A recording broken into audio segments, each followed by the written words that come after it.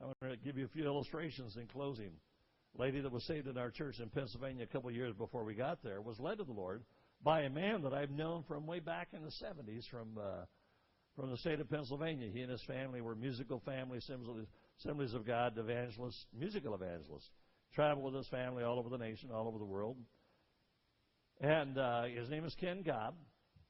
He had been through our area in Pennsylvania, and a lady came to Jesus under his ministry. A couple of years go by, and she got discouraged one day. Now, this is in the early 80s, so I have to put it in the time context so you know, because it relates to things that are not common today. But she said, Lord, she said, I've been so discouraged lately. She said, is there a possibility that I could talk to the man that led me to the Lord?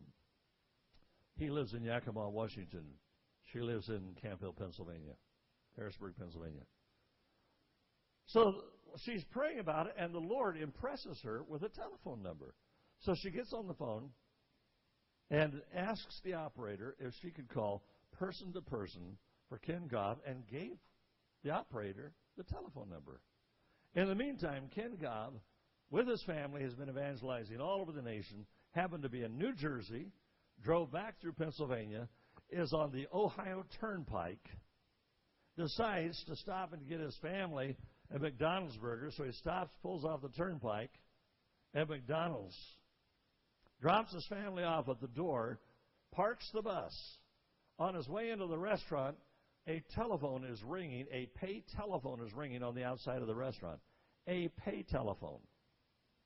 So I thought, who could be so stupid as to call a pay telephone? Nobody's there. So to be silly, he answers it. The operator says, calling person to person for Ken Gobb. So he thinks she's being facetious, this is some kind of a humorous thing here. And so he starts putting her on. And finally, the lady recognizes his voice and says, Ken, this is so-and-so. The operator said, sir, are you Ken Gobb or not? And the lady recognizes his voice.